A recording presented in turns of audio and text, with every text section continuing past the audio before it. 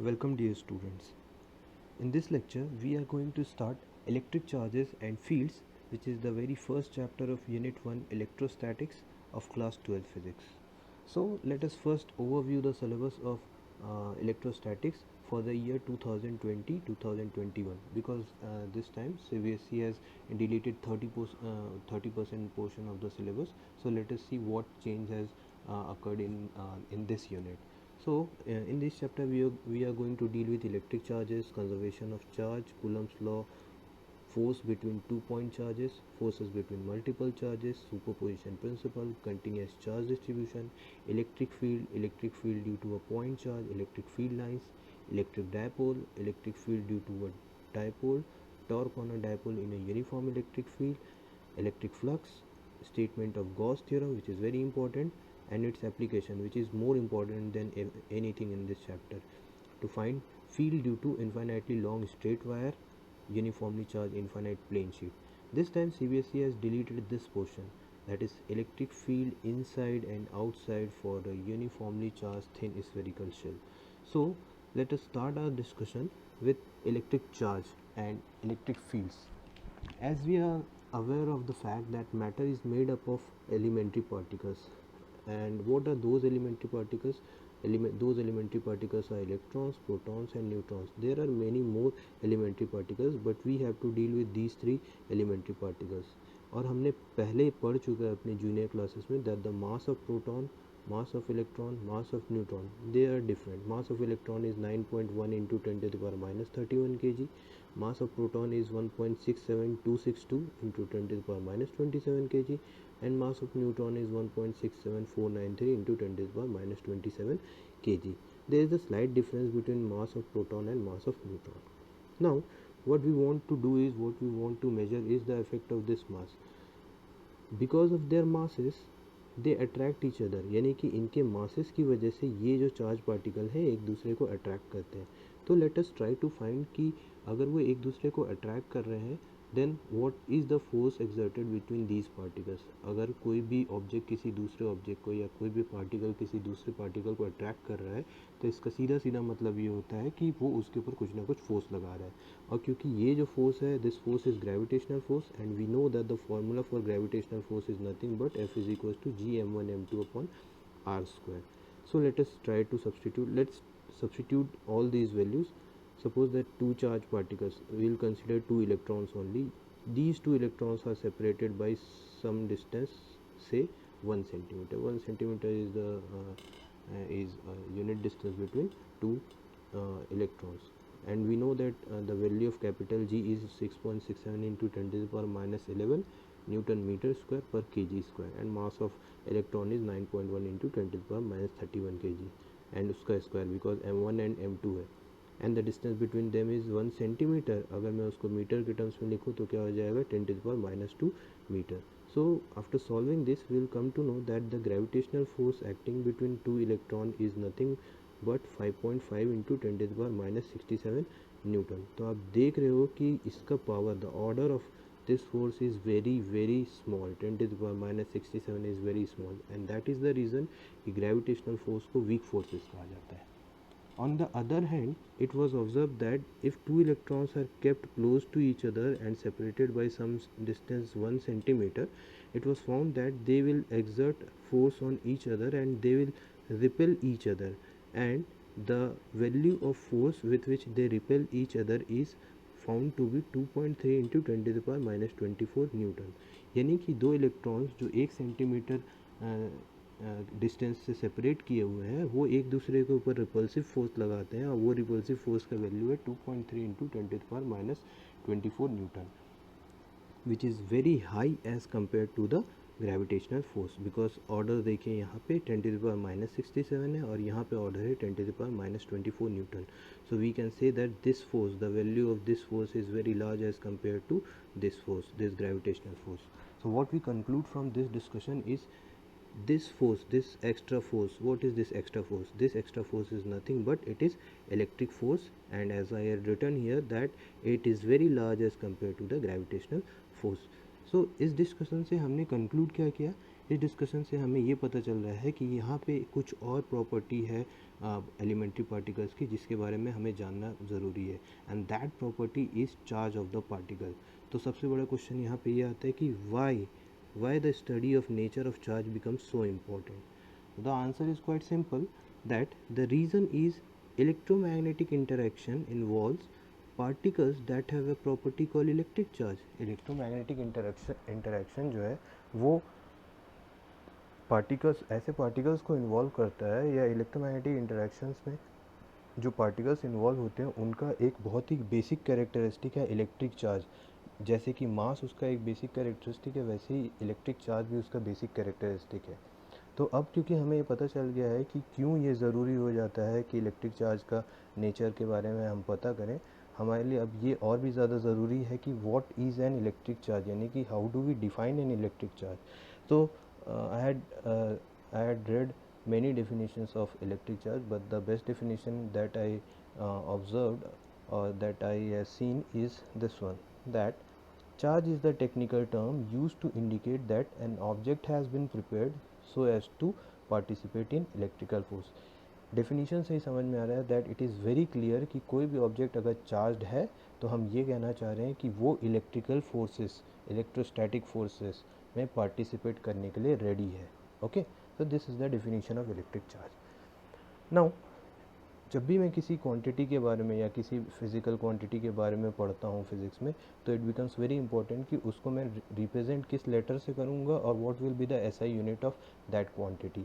तो an electric charge is basically represented by in general means in most of the text books या फिर जहाँ पे भी डिस्कशन हो इलेक्ट्रिक चार्ज के बारे में, वहाँ पे हम ये देखते हैं कि electric charge is represented by a letter small Q और capital Q, and the SI unit of electric charge is coulomb, which is represented by letter C। So this is the definition and SI unit of electric charge. But our keen interest is to know the properties of electric charge. So let us see what are the properties of electric charge. So let us see the first property of electric charge। In a series of simple experiments it was found that there are two kind of electric charge। यानी कि बहुत सारे experiments किए गए और इस conclusion पे पहुंचा गया कि इलेक्ट्रिक चार्ज जो है इलेक्ट्रिक चार्जेस जो हैं वो दो टाइप के होते हैं, एक होता है पॉजिटिव चार्ज एंड नेगेटिव और दूसरा होता है negative charge. Electrons were designated as negative charge and protons were designated as positive charges. If someone will ask कि व्हाट इज़ द रीज़न कि इलेक्ट्रॉन को नेगेटिव चार्ज बोला जा रहा है और प्रोटॉन को पॉजिटिव चार्ज बोला जा रहा है, the answer is there is no reason. क्योंकि अगर साइंटिस्ट शुरू में इलेक्ट्रॉन्स को पॉजिटिव चार्ज बोलते और प्रोटॉन को नेगेटिव चार्ज बोलते तो आज हम उसी कन्वेंशन को फॉलो करते, because the end result is a positive charge and negative charge combine to form a neutral atom. यानी कि जब तक आप किसी भी ऑब्जेक्ट में एक्सटर्नल एनर्जी या एक्सटर्नल फील्ड नहीं लगाते हो तब तक वो न्यूट्रल रहता है। तो चार्ज चाहे पॉजिटिव रहे या नेगेटिव रहे, यानी कि अगर आप इलेक्ट्रॉन को पॉजिटिव प्रोटॉन को नेगेटिव बोल देते तो भी कुछ फ़र्क नहीं पड़ता। Now, as I already discussed that SI unit of charge is coulomb, ठीक है, this is the SI unit, but what is the unit of charge for CGS system? तो electrostatic unit of charge in CGS system is stat coulomb, STAT, stat coulomb। So it becomes very important to find relation between stat coulomb, that means the CGS unit of electric charge, and SI unit of electric charge coulomb। इनके बीच का relation पता करना बहुत ज़्यादा ज़रूरी हो जाता है। तो from this mathematics you can actually find that 1 coulomb is equals to 3 into 10 to the power 9 stat coulomb। This relation you have to memorize, it is better that you should memorize, or if you want to calculate, and this is the calculation, 1.6 into 10 to the power minus 19 coulomb is equals to 4.8 into 10 to the power minus 10 stat coulomb। This gives the result। So the first characteristic of electric charge is there are two type of charges, one is positive and another is negative। Now coming to the second property, which is very important characteristic, for that we'll consider two objects, this is object 1, this or rod 1, this is object 2, and as I had written here that object 1 is having small n number of charges and object 2 is having capital number of n number of charges। So what will be the total charge of this system? The total charge of this system is small n plus capital L. Now what we do is we'll take these two objects close to each other or in contact to each other, and we'll start rubbing them against each other. So after some time we'll see that since object 2 is having capital N number of charges and capital N number of charges is greater than small n number of charges, charges from object 2 get transferred to the object 1, यानी कि object 2 से object 1 में charges चले गए. क्यों चले गए? क्योंकि ऑब्वियस है चार्जेस किसके पास ज़्यादा है, ऑब्जेक्ट 2 के पास ज़्यादा है. तो थोड़ी देर के बाद फिर हमने क्या किया, इन दोनों ऑब्जेक्ट्स को वापस से सेपरेट कर दिया और m नंबर ऑफ चार्जेस कहाँ से कहाँ चले गए हैं, 2 से 1 की तरफ चले गए हैं. आफ्टर दिस जब ऑब्जेक्ट्स वापस अलग हो गए तो इट वाज ऑब्जर्व कि जनरली कॉमन सेंस भी बोलेगा कि जो आपका पहला ऑब्जेक्ट है उसमें m नंबर ऑफ चार्जेस बढ़ जाएंगे क्योंकि वो गेन किए हैं चार्जेस को, और ऑब्जेक्ट 2 में m नंबर ऑफ चार्जेस कम हो जाएंगे क्योंकि इसने m नंबर ऑफ चार्जेस क्या कर दिए हैं, ऑब्जेक्ट 1 को दे दिए हैं. अब मैं क्या चाहता हूँ कि मैं फिर से कैलकुलेट करना चाहता हूँ कि इस सिस्टम का टोटल चार्ज कितना है. तो we come to know that the net charge of this system after separation, after rubbing, is also equals to small n plus capital N, which is exactly equal to the total number of charges before rubbing. So from this discussion what we have concluded is this: first, when one object is rubbed against each other, charge is not created in the process. इस process में charge create नहीं हुआ. इस process में क्या हुआ, charge एक object से दूसरे ऑब्जेक्ट तक सिर्फ गया है. ठीक है, जब दो ऑब्जेक्ट्स को हम आपस में रब करेंगे तो चार्ज एक ऑब्जेक्ट से दूसरे ऑब्जेक्ट जाएगा. ठीक है. Second point is the electrified state is due to transfer of charge from one object to other. यानी कि कोई भी ऑब्जेक्ट को अगर हम बोलते हैं कि इलेक्ट्रीफाइड है तो वो इलेक्ट्रीफाइड इसलिए हुआ है क्योंकि उसको कहीं से चार्ज मिला है या वो किसी को चार्ज दिया है.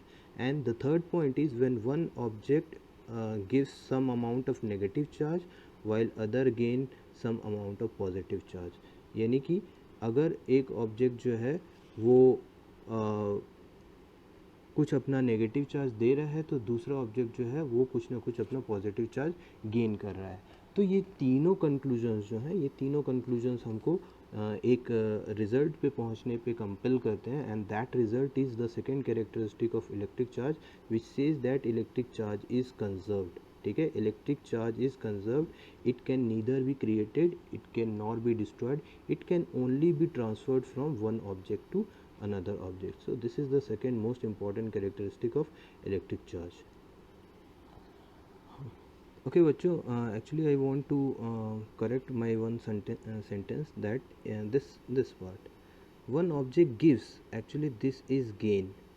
When one object gain some amount of negative charge while other gain some amount of positive charge. यानी कि अगर एक ऑब्जेक्ट अपना नेगेटिव चार्ज, इसी एग्जांपल को समझिए, अगर ऑब्जेक्ट 2 अपना नेगेटिव चार्ज ऑब्जेक्ट 1 को दे रहा है, यानी कि ऑब्जेक्ट 1 को क्या मिला, नेगेटिव चार्ज, तो इसका मतलब क्या हुआ कि ऑब्जेक्ट 2 में पॉजिटिव चार्जेस बढ़ेंगे. क्यों? क्योंकि पॉजिटिव और नेगेटिव चार्जेस जो है किसी भी एटम में इक्वल होते हैं.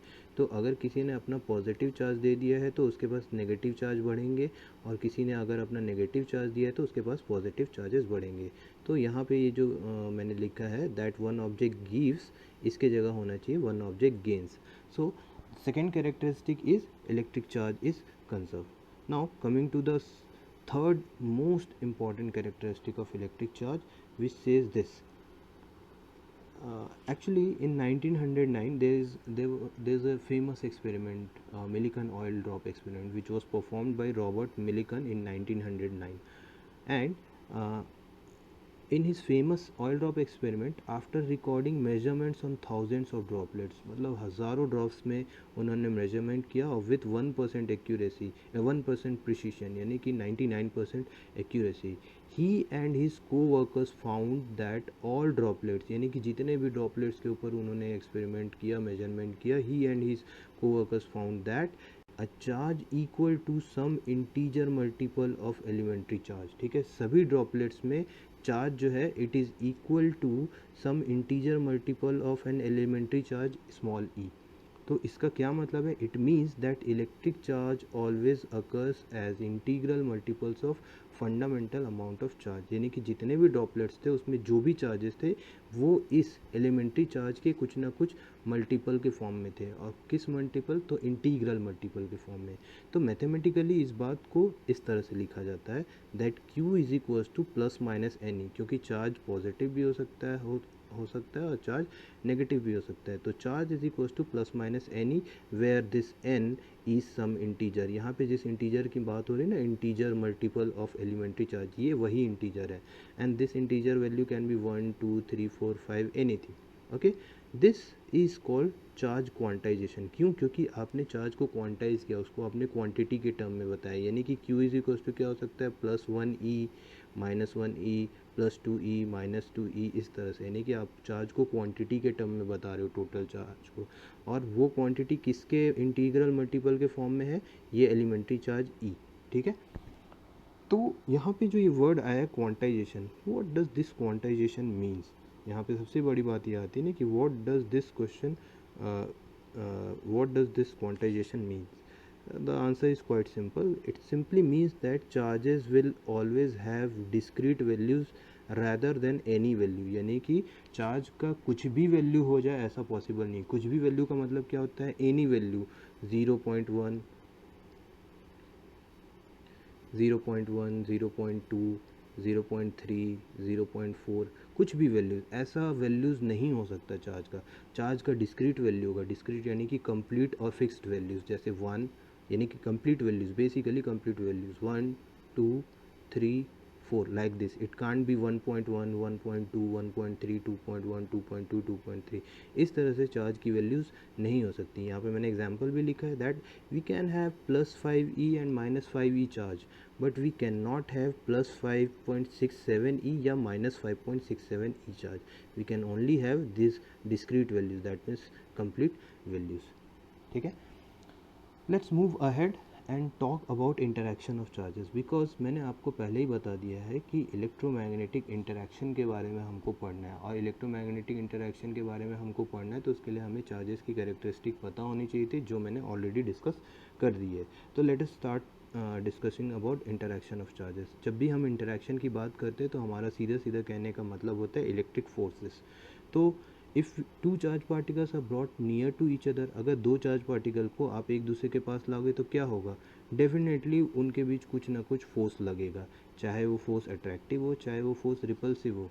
और ये अट्रैक्टिव और रिपल्सिव वर्ड जो है आप पहली बार नहीं सुन रहे हैं, आपने जूनियर क्लासेस में भी पढ़ा हुआ है दैट अगर पॉजिटिव पॉजिटिव चार्ज या नेगेटिव नेगेटिव चार्ज आपस में इंटरैक्ट करेंगे तो they will repel each other, यानी कि like charges always repel each other.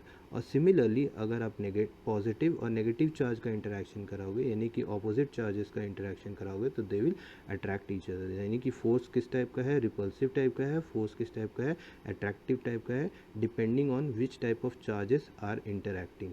ठीक है, now this force of attraction और रिपल्शन, ये जो फोर्स है ना, रिपल्शन और अट्रैक्शन, इसी को कहा जाता है इलेक्ट्रोस्टैटिक फोर्स। क्यों? क्योंकि ये ऐसे चार्जेस के बीच में लग रहा है जो कि रेस्ट पर हैं।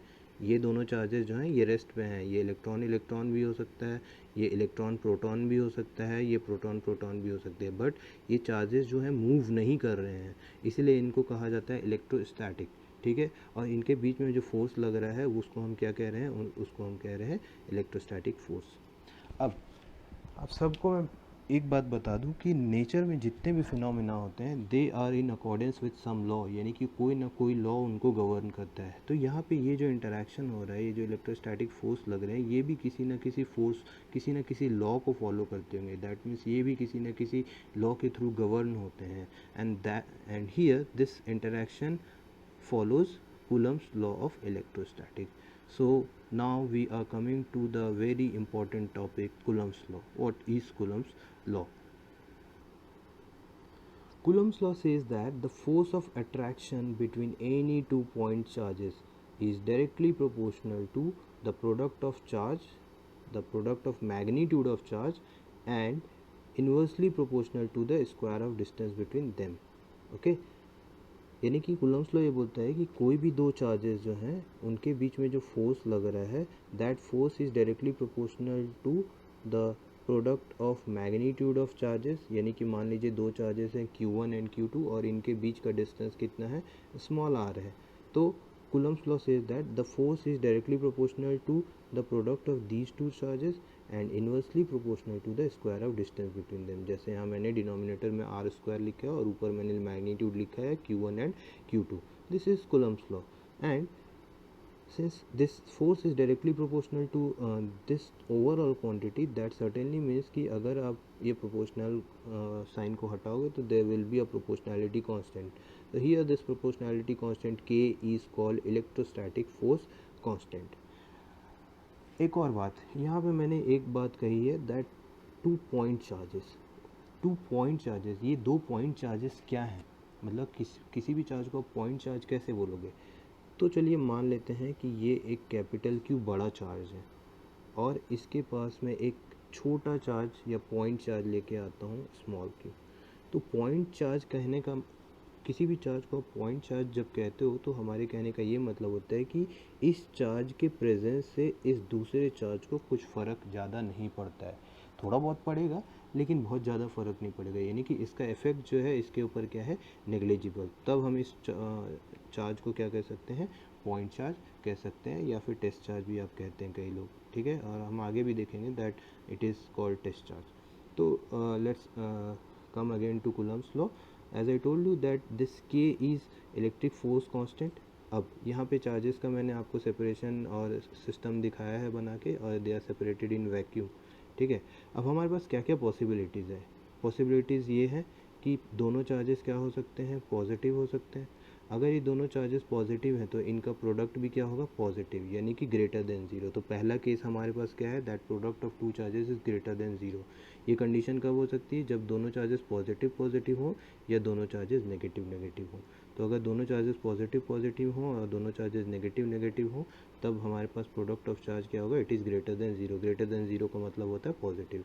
तो फोर्स जो है, ये फोर्स का एक्सप्रेशन कैसा हो जाएगा, फोर्स का एक्सप्रेशन बहुत सिंपल है। अगर ये दोनों चार्जेस सेम साइन के हैं तो ये दोनों एक दूसरे के ऊपर रिपल्सिव फोर्स लगाएंगे, ठीक है। ये दोनों एक दूसरे के ऊपर रिपल्सिव फोर्स लगाएंगे। यहाँ पे मैंने दो फोर्स लिखा है, F12 एंड F21। F12 और F21 जो है इनको हम कैसे पढ़ेंगे, F21 का मतलब है force on charge 2 due to 1 and F12 का मतलब है force on charge 1 due to charge 2, ठीक है। And the separation is R12 क्यों, ये R12 मैंने F21 के लिए लिखा है और F12 के लिए मुझे लिखना होगा तो मैं R21 लिखूँगा। ऐसा क्यों लिखूँगा, ये जस्ट मैं अभी आपको बताता हूँ। Now since we have considered that these two charges are of same sign, तो सिर्फ पहले F21 की बात करते हैं। F21 में ये चार्ज Q1 जो है F2 के ऊपर रिपल्सिव फोर्स लगाएगा, और रिपल्सिव फोर्स कैसा होगा, Q2 को ये अपने से दूर भेजेगा। तो F21 का डायरेक्शन क्या हो जाएगा, ये हो जाएगा। और साथ ही साथ ये F21 किस तरफ लग रहा है, F21 लग रहा है Q1 से Q2 की तरफ, इसीलिए जो पोजीशन वेक्टर है वो क्या हो जाएगा, R12।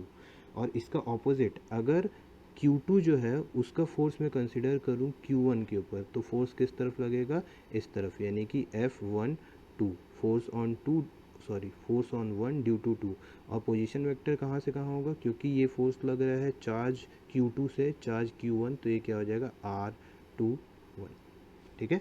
तो इसी को हम थोड़ा मैथमेटिकल फॉर्म में अगर लिखें Coulomb's लॉ के फॉर्म में, तो what we actually can get is this one, F21 मैंने आपको जस्ट बताया है अभी कि F21 is in the direction of R12। तो F21 इज इक्वल टू क्या हो जाएगा, K Q2 upon R square और R12। आप नोटेशन को थोड़ा ध्यान से देखिए, यहाँ पे मैंने F के ऊपर कोई एरो नहीं लगाया, यानी कि मैंने F को वेक्टर फॉर्म में नहीं लिखा है। मैंने यहाँ पे क्या लिखा है, F का मैग्नीट्यूड, लेकिन force is a vector quantity, तो यहाँ पे मैं फोर्स को वेक्टर के फॉर्म में लिखूँगा तो मुझे उसका डायरेक्शन बताना भी ज़रूरी है। तो F21 किस डायरेक्शन में लग रहा है, F21 is acting in R12 direction. And similarly F12 किस तरफ लग रहा है, F12 लग रहा है Q2 से Q1, यानी कि डायरेक्शन क्या होगा, R21। So this is the force on 2 due to charge 1, this is force on charge 1 due to 2, okay। now what is the second condition, second condition क्या हो सकती है, second condition ये हो सकती है कि हमारे पास जो दो चार्जेस हैं उनका प्रोडक्ट क्या हो less than zero, less than zero यानी कि उनका प्रोडक्ट क्या हो नेगेटिव हो, यानी कि आपके पास एक यहाँ पे चार्ज है एक यहाँ पे चार्ज है, ये पॉजिटिव होगा ये नेगेटिव होगा तो इनका प्रोडक्ट क्या होगा नेगेटिव, या फिर ये नेगेटिव हुआ ये पॉजिटिव हुआ तो इनका प्रोडक्ट क्या होगा नेगेटिव। तो अगर ये कंडीशन हुई तब क्या होगा, तब बातें सिंपल है यहाँ पे कि दो चार्जेस इस तरह से हैं, ये दोनों एक दूसरे को अट्रैक्ट करेंगे, यानी कि ये चार्ज इसको ये चार्ज इसको अपनी तरफ अट्रैक्ट करेगा और ये चार्ज इसको अपनी तरफ अट्रैक्ट करेगा, यानी कि अब आप देख रहे हो कि फोर्स का डायरेक्शन क्या हो गया है, चेंज हो गया है। तो इसीलिए फोर्स का डायरेक्शन चेंज हो गया है तो जो यूनिट वेक्टर था उनका जिस डायरेक्शन में वो एक्ट करते थे वो भी चेंज हो जाएगा। थोड़ा ध्यान से देखिए इस डायग्राम को, this is Q1 and this is Q2। Q1 के ऊपर Q2 जो फोर्स लगा रहा है वो है F12। अब ये F12 किस तरफ लग रहा है, Q1 से Q2 की तरफ, यानी कि अब की बार F12 जो है वो R12 के डायरेक्शन में लगेगा और F21 जो है वो R21 की डायरेक्शन में लगेगा, यानी कि पिछले केस के ऑपोजिट। तो हमारे पास जो फोर्स का एक्सप्रेशन आएगा वो क्या आएगा, वो इस तरह से आ जाएगा F21 is equals to R K Q1 Q2 upon R square R21 and F12 is equals to K Q1 Q2 upon R square R12। And अब आप देखो कि R21 और R12 ये दोनों क्या है, ऑपोजिट है डायरेक्शन में, और आप देख रहे हो कि ये दोनों चीज़ें दोनों में सेम है, बस अलग क्या है ये। तो यानी कि अगर मैं इन दोनों को कंपेयर करूँ तो मुझे क्या पता चलेगा, that F21 is equals to minus F12। That simply means कि जो न्यूटन्स लॉ है वो यहाँ पे भी फॉलो हो रहा है, यानी कि फिज़िक्स का ये ब्यूटी है कि आप एक एक्ट को या एक लॉ को आप देखते हो कि किसी दूसरे लॉ में वो फॉलो करता है, यानी कि वो यूनिवर्सली क्या रहता है, फिट होता है। So let's move ahead. We had talked about the interaction between same type of charges and interaction between opposite type of charges. Now coming to the force constant, जिस k की वैल्यू की बात हम कर रहे थे, या फिर जो प्रोपोर्शनैलिटी हटा तो एक कांस्टेंट वहाँ पे लगा, वो कांस्टेंट था k। ये जो k है ये है क्या, किस चीज़ पे डिपेंड करता है, ये k जो है इसको इलेक्ट्रोस्टैटिक फोर्स कांस्टेंट कहते हैं and it depends on medium separating charges, यानी कि दो चार्जेस के बीच में कौन सा मीडियम है ये k उस वैल्यू के ऊपर डिपेंड करता है। और इसका कारण ये है कि k का वैल्यू है 1/4 पाई एप्सिलॉन नॉट, जिसमें से epsilon not is a very important quantity.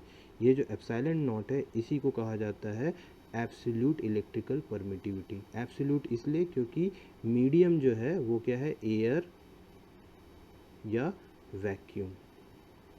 ठीक है, ये दोनों मीडियम हमारे लिए आइडियल मीडियम है, यानी कि हम कोई भी स्टडी जो है इनके बेसिस पे करते हैं, तो आइडियल मीडियम है, इस वजह से हम एप्सिलॉन नॉट को क्या बोलते हैं, इसलिए एप्सिलॉन ज़ीरो लिखा है, इसको क्या कहा जाता है, एब्सोल्यूट इलेक्ट्रिकल परमिटिविटी।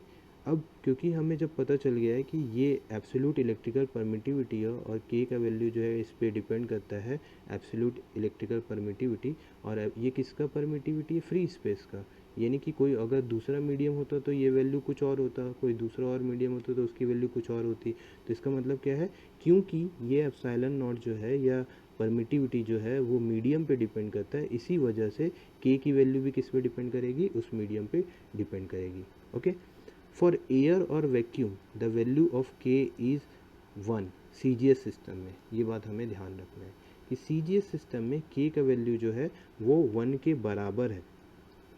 ओके, के का वैल्यू 1 के बराबर है, अब ये कैसे सॉल्व होगा, लेकिन के का वैल्यू 1 के बराबर आएगा तो आएगा कैसे, तो यहाँ से चलते हैं हम, हमारे पास जो इक्वेशन लिखा हुआ था फोर्स का इक्वेशन हमारे पास लिखा हुआ था F इज इक्वल्स टू के Q1 Q2 upon R square. ठीक है, तो हम यहाँ पे सब वैल्यूज़ को यूनिट क्वांटिटी लेके चलते हैं, यानी कि R की वैल्यू 1 सेंटीमीटर मान लेते हैं, Q जो है वो चार्ज है, चार्ज का यूनिट जो है क्या है, कूलम है, लेकिन यहाँ पे मैं CGS सिस्टम की बात कर रहा हूँ तो चार्ज का यूनिट क्या हो जाएगा, स्टैट कूलम, तो मेरे को वहाँ पे स्टैट कूलम की वैल्यू सब्सटीट्यूट करनी पड़ेगी। तो स्टैट कूलम की वैल्यू मैंने आपको क्या बताया था, स्टैट कूलम की वैल्यू बताया था 1 कूलम इज इक्वल्स टू 3 × 10⁹। तो के का वैल्यू आप फटाफट यहाँ से चेक करोगे तो you will come to know कि के इज इक्वल्स टू आता है फोर्स अपॉन Q1 × Q2। ठीक है, force upon Q1 × Q2, force कितना लग रहा है, फोर्स हम लोगों ने पहले कैलकुलेट किया हुआ है कि फोर्स का वैल्यू है हमारे पास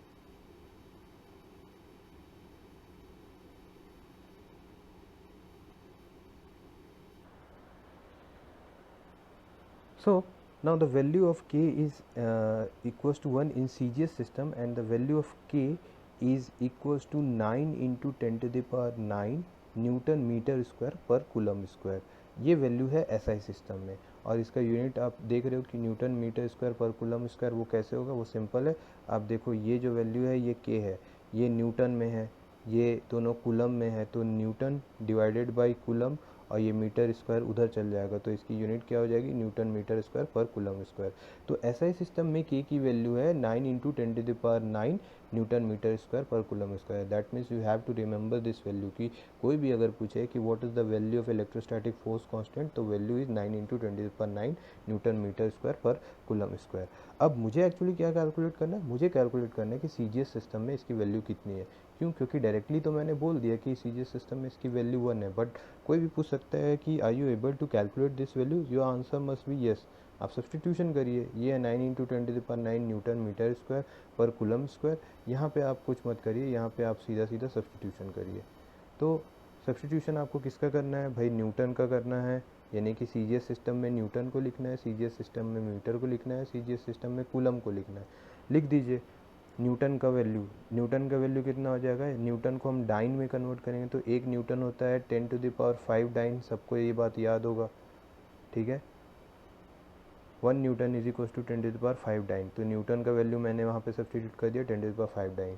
अब मीटर स्क्वायर है, तो 1 metre is equal to 100 centimetre, यानी कि 10 टू द पावर 2 सेंटीमीटर। तो 10 टू द पावर 2 सेंटीमीटर का स्क्वायर कितना हो जाएगा, 10 to the power 4 centimetre square. और नीचे कूलम स्क्वायर है। अब मैंने आपको बताया था दैट CGS सिस्टम में the unit of electric charges is start coulomb, और एक कूलम का वैल्यू मैंने आपको बताया था 3 इंटू 10 टू द पावर 9। अब आप इसको यहाँ पे जब सब्सटीट्यूट करोगे तो आपको क्लियरली दिख रहा है 3 का स्क्वायर हो जाएगा, तो 9 और 9 कैंसिल हो जाएगा। यहाँ पे 954 कितना होता है, 954, 9 प्लस 5 प्लस 4 इज़ 18, और यहाँ 10 का पावर कितना है 9, उसका स्क्वायर कितना हो जाएगा 18, तो योर ओवरऑल आंसर इज़ 1। तो CGS सिस्टम में k की वैल्यू कितनी आती है 1, और वो हम कैलकुलेट कर सकते हैं by its SI value. SI value मैं बार बार रिपीट कर रहा हूँ, it is 9 into 10 to the power 9 newton metre square पर कूलम स्क्वायर। ओके, एक और बात, ये जो एब्सोल्यूट इलेक्ट्रिकल परमिटिविटी है, इसका फिजिकल सिग्निफिकेंस क्या है, ये मैंने थोड़ा ठीक से लिखा नहीं है, बट मैं आपको पढ़ के बता देता हूँ। The ability of a material to store electrical potential energy under the influence of an electric field. Electric field जब आप लगाते हो किसी भी सब्सटेंस के ऊपर, तो वो कितना इलेक्ट्रिकल पोटेंशियल एनर्जी स्टोर कर पाता है, ये मुझे उसके परमिटिविटी से पता चलता है। So this is the physical significance of electrical permittivity. Now again coming to the dimension, units and value of epsilon naught। epsilon naught का मैं वैल्यू आपको पहले ही बता चुका हूँ, 9 into 10 to the power 9, sorry k का वैल्यू मैंने आपको पहले बता दिया, 9 into 10 to the power 9 newton metre square पर कूलम स्क्वायर। तो चलिए पहले एक काम करते हैं, हम यूनिट देख लेते हैं एप्सिलॉन नॉट का। हमारे पास फॉर्मूला है F is equal to 1/4 pi epsilon naught Q1 Q2 upon R square. अब आप यहाँ से एप्सिलॉन नॉट को कैलकुलेट करोगे सिंपल मैथमेटिक्स के थ्रू, तो आपको पता चलेगा that epsilon naught is equal to 1/4 pi into Q1 Q2 upon R square. सबका यूनिट आपको पता है, फोर्स का यूनिट है न्यूटन, चार्ज का यूनिट है कूलम, तो ये कूलम स्क्वायर हो जाएगा, और R का यूनिट है डिस्टेंस का यूनिट है मीटर, तो मीटर का स्क्वायर। तो आपके पास एप्सिलॉन नॉट का यूनिट क्या आएगा, एप्सिलॉन नॉट का यूनिट है कूलम स्क्वायर पर न्यूटन पर मीटर स्क्वायर, और ये k के इन्वर्सली प्रोपोर्शनल है। तो k का यूनिट क्या था, यहाँ पे देखिए न्यूटन मीटर स्क्वायर पर कूलम स्क्वायर, तो इसका यूनिट पूरा उल्टा पलट होके क्या हो गया, कूलम स्क्वायर पर न्यूटन पर मीटर स्क्वायर।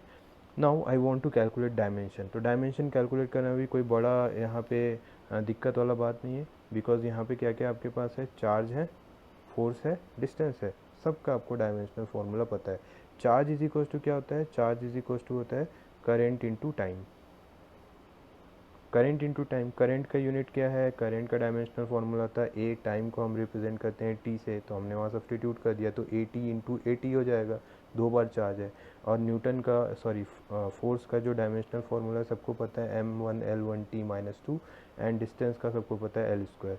तो after solving all this we come to know that the dimensional formula for epsilon naught, that is absolute permittivity, is m1 sorry m to the power minus 1, l to the power minus 3, t to the power 4, a square, m minus 1, l minus 3, t4, a square या a2, ठीक है। And the experimentally found value of के, फिर से repeat कर रहा हूँ मैं, 9 इंटू 10⁻9 न्यूटन मीटर स्क्वायर पर कूलम स्क्वायर। और यही वैल्यू आप जब यहाँ सब्सटीट्यूट करते हो, के का वैल्यू सब्सटीट्यूट कर दो, ये वाला 4 पाई का वैल्यू आपको पता है, वो सब्सटीट्यूट करोगे तो अब आपको पता चल जाएगा कि ये जो एब्सोल्यूट परमिटिविटी है, इस एब्सोल्यूट परमिटिविटी की वैल्यू है 8.85 इंटू 10⁻12 कूलम स्क्वायर पर न्यूटन पर मीटर स्क्वायर। आपको ये वैल्यू हमेशा याद रखनी है, this value is very very important. So students, that is it for now. We'll meet in our next class and we'll start vector representation of Coulomb's law. Thank you very much.